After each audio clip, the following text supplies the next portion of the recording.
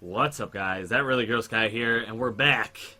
We're back. Oh, look at that. Look at that. Infestation. So the infestation is not quite here yet. We got the thing, the mass or whatever, but at this point in time, while I'm recording, there hasn't been an update, so I'm assuming it may not be out today. I'm excited for the new event, but we'll see what happens. I'm excited about those Zaws, to be honest with you. I want to make some cool Zaws, but anyways, we're gonna go out on the plains. We're gonna get a couple bounties, just because bounties are fun. I like the idea that there's a little bit of different variation between the bounties, which I think is pretty cool.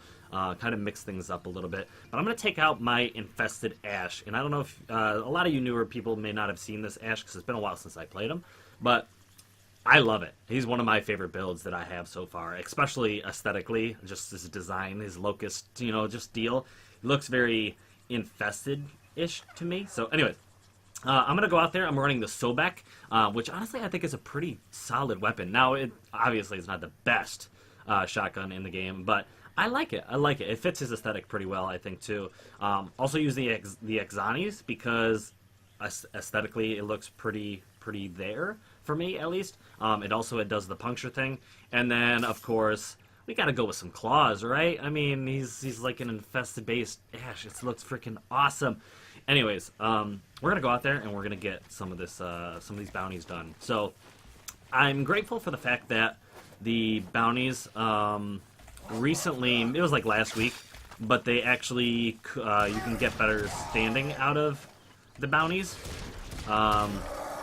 It used to, like, this one that I'm running used to give you like 900 standing or something like that, and now it gives you like 1700. I could probably go up another on a more difficult bounty if I wanted to, but anyways, just to make this easy so I don't have to think as much and we can talk. I'm running the second easiest bounty, so there we go. Hack it up to drone. Gonna get out of here. So what I want to kind of it just popped in my mind the other day. So the infestation's here, right? The infestation's over there, that giant mass. We've seen that if you checked out my dev stream recap video.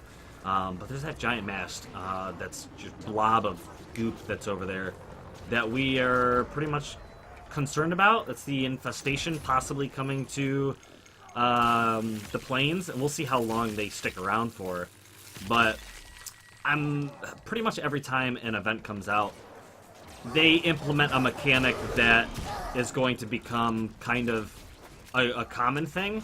So I'm thinking if we're getting infested on the plains, we will probably continue to get infested on the plains after the event. Maybe not right away, but I'm sure at some point the infested are gonna kind of maybe pop in from time to time on the plains. And I'm curious. I'm also very curious to see how the Grineer react, because they're out on the plains, they're out doing their thing. I'm curious as how they react to the new infested presence. And what I mean by that is, are the Grineer gonna just kind of stick in their bases and just kind of like stay defensive? Are they gonna go on the offensive and try and take out these Grineer or these infested? Are they just gonna go hide, or are we gonna see some ghouls?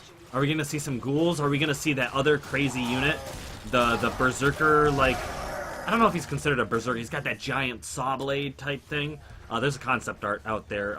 If I can remember, I'll try and drop it in the video for you guys now. But yeah, there's some potential growth, and I don't mean growth as in like a cyst on your neck, or a growth as in a giant blob of infested mass on Cetus. There's some growth coming for the plains. I feel like we're gonna see some new content on the plains here soon, because even though the plains is really, like, plains is big, like it's a large open world, but I don't think it's done growing. Maybe not in terms of size, even though honestly I would like to see the plains grow in size, because if you think about it, there's not a lot of places on the plains where you can be left alone. I don't know, it's kind of weird. There are places where you wish you could be left alone on the plains, and you can't. Like, there's certain fishing spots that, like, you have to kind of search for a place where people are not going to find you. And then there are also times where it's like, man, I don't feel like there's a whole lot for me to do right now in the plains. And I feel like this event is going to bring a little bit more activity to the plains. But at the same time, if we're going to add a new Eidolon to the plains, they either are going to have to make it so that there's only one Eidolon out at a time, or I feel like things are going to get a little bit too congested. And in terms of the amount of activity that is happening on the plains, amount of stuff that could potentially happen on the plains, I feel like the plains is actually kind of small. And some people might completely disagree, but think about it. If we have to introduce the Infested to the plains, and we have to eventually maybe get some like invasion type missions, like maybe the Corpus drop in on the plains every once in a while to fight the Grenier or try to take over something, or maybe, you know, more sentience, because we all know there's going to be more sentient activity in the future, because there is that sentient unit that holds on to the other sentient units. It's like a sentient cargo, or like a supply ship, or, you know, like a, I don't know.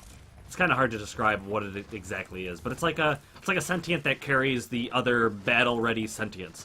So something like that, or like I said, the new Eidolon and all that stuff, I feel like is starting to make the plains a little bit more congested. And I'm not saying that's a bad thing. I think it's actually a great thing, because that's gonna have to push the plains of Eidolon to become more content viable. And when I say that, I'm talking about as we get more open worlds, and as open worlds become a main thing in Warframe, that's where a lot of content is probably going to be focused, you know. And if a lot of content is going to be focused on the plains, I'm hoping that this game grows in scale, and I think it's going to, because I don't know if you guys have noticed, but especially if you play Warframe through the Steam client, there's a lot of news and articles being written about Warframe recently, and a lot of these articles are like really Plains of Eidolon heavy, you know. And that just means that obviously, you know, right now the open world aspect of the game is the focus, and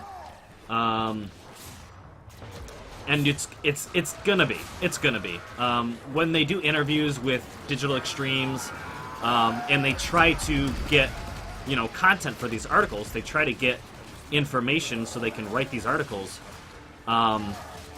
It's very obvious that DE and the developers are kind of talking about planes because it's a form of advertisement. You know what I mean? When an article gets written for Warframe, they're going to talk about, you know, what they're working on. They're going to talk about the latest and greatest thing. They're going to talk about anything that will convince new players to join. And they're not going to talk about the raids, you know what I mean? Because that's all endgame stuff. They're not going to talk about, you know, let's see, like survival missions, or, you know, they're going to, or maybe not even boss fights. They're not even going to really talk about boss fights. They're going to talk about, like, the latest and greatest thing, the thing that they are putting a majority of their time and effort into, because that's what's going to sell the game. And if you know anything about how to grow a company, you know, or to, like, be an entrepreneur or whatever, they're going to talk about the thing that is going to be relevant for a very long time. They're going to be talking about the planes and open worlds and the fact that it's free to play, because number one, it sells the game to new people, and number two, like I said, it's going to be relevant. New players that are going to jump into the game are going to expect the open world to be a significant amount of content for the near future. I don't know how necessarily else to, you know, kind of explain it. But I have a feeling that, number one, the plains is going to grow in scale. Maybe because the tunnels that we've talked about in the past, those are going to open up. We know that pretty much for a fact. They've actually even mentioned it a little bit on the dev stream. They've kind of hinted at, what are those tunnels for? Why are they locked? Huh, I wonder if there could be something down there. I wonder if we're working on it. You know, they're kind of throwing little hints out there. But at the same time, if you guys aren't really familiar, if you go that way over that hill where the barrier is, there's a lot of just open plains. There's a lot of just nothingness. Now, unfortunately, we don't see trees. We don't see really anything out there. We don't see pretty much anything out there. So I don't know if we're gonna expand our borders in the plains anytime soon. And if they do expand the borders, they may not do it like that. They may make it instance-based, where you go down to one of the tunnels and you kind of set up for a queue and you jump into another part of the plains. You know what I mean? Just like we leave Cetus and there's a whole new instance, you know, which is the plains. We may leave the plains and go to a whole new instance, which is, you know, beyond the barrier or whatever. Since we are heading a little bit over towards that side of the map, if you go to this very far side of the map over by the ocean, you'll also see a sentient past the border. You see that giant sentient thing over there, that giant mass, like that's I feel like that is kind of a hint that at some point the plains has to expand.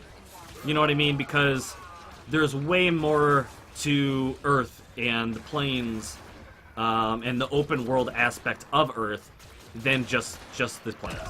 You know what I mean? Like I said, we are heading over there, so we will maybe just glide over there and take a look. But I'm curious to see what you guys think about maybe the future of the plains and what they're working on.